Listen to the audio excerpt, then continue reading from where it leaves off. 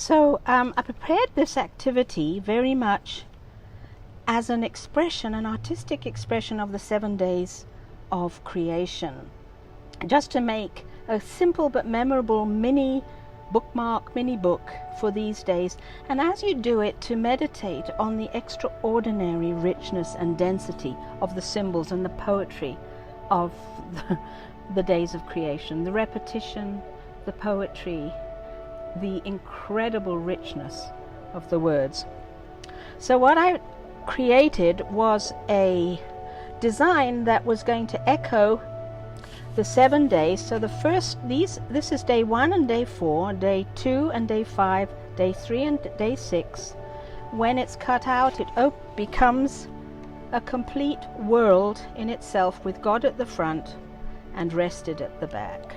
Let me show you how we're going to do this. And as you do it, it's not simply a coloring exercise, it's something much deeper. I was just thinking how we are contained in God's love. God's love created the world, and thus we are contained in His love, and we are an expression of His love, and we are born to worship Him. So the first thing would be, you come to day 1 and you would color it very simply. Don't go too dark, and you'll see why later.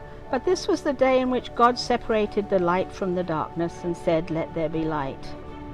So much richness in the expression of the word light alone. We could teach on that for a year. So God separated the light from the darkness, and what I'm doing is coloring the light in the center and the darkness. You would do that much more carefully, and that was day 1. Day 2, God separated the waters above from the waters below. The waters above were called sky, and the waters below was sea. He separated the two waters. Water, of course, another deep and very rich symbol in the lectionary of God's rich metaphors. So we have here, I would color in, however you wish, the sky. I'm doing this very hastily just to show you.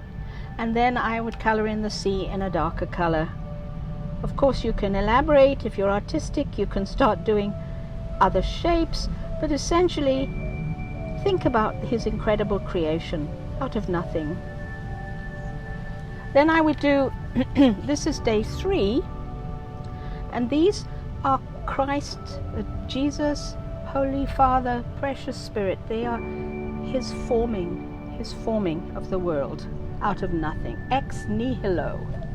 So for 3 we have, He created the trees, the vegetation, He created the mountains, and I would color those, and the land.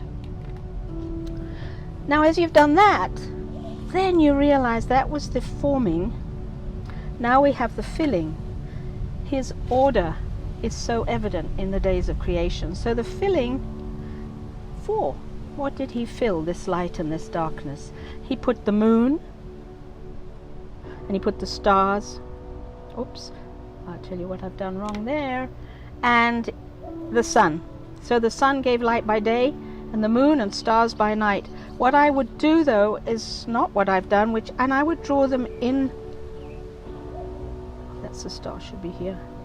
In this section where you have 1, light and darkness, section 4, He actually did the sun, moon and stars. So I would draw them in this set, so this was day 4. Day 5, He made all the beasts and the animals and the birds that flew in the air, and everything that swam in the sea. And I was thinking too, it wasn't just the birds, it was the insects. So I would draw them, and you don't have to be elaborate. You can simply draw them simply like that. Or if you want to be more elaborate, of course you can. The birds. Who made the world? Who made the swan and the black bear? Who made the grasshopper? The grasshopper, this one in my hand, I mean, the one which has flung herself out of the grass, the one who is eating sugar out of my hand, who is moving her jaws back and forth instead of up and down, who's gazing around with her enormous and complicated eyes, Now she lifts her pale forearms and thoroughly washes her face. Now she snaps her wings open and floats away. I don't know exactly what a prayer is, but I do know how to pay attention, how to fall down into the grass, how to kneel down in the grass, how to be idle and blessed, how to stroll through the fields, which is what I've been doing all day.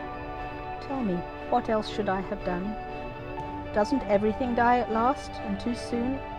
Tell me, what is it your plan to do with your one God-given, wild and precious life? And that's a poem by Mary Oliver called Summer Day. So I would then draw in fish, which are easy to draw. And of course there was a whale, which you can also draw in here.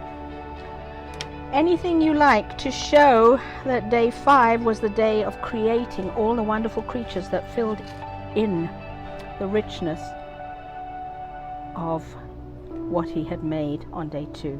Now day 6, you might find this a challenge because we're going to have to draw an animal and a human being.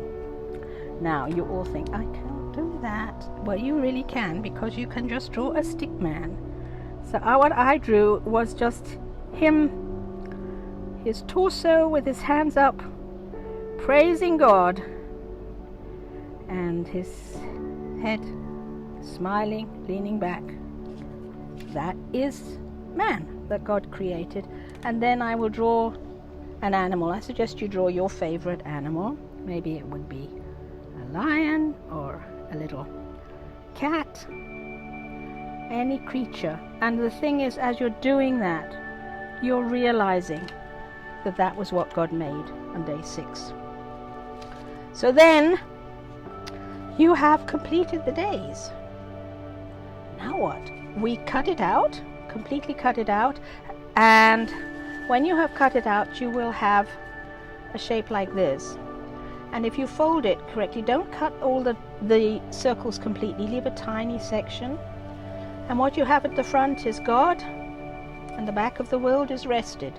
So he has contained everything. He has said it was very good, and here it is inside your little bookmark as a reminder.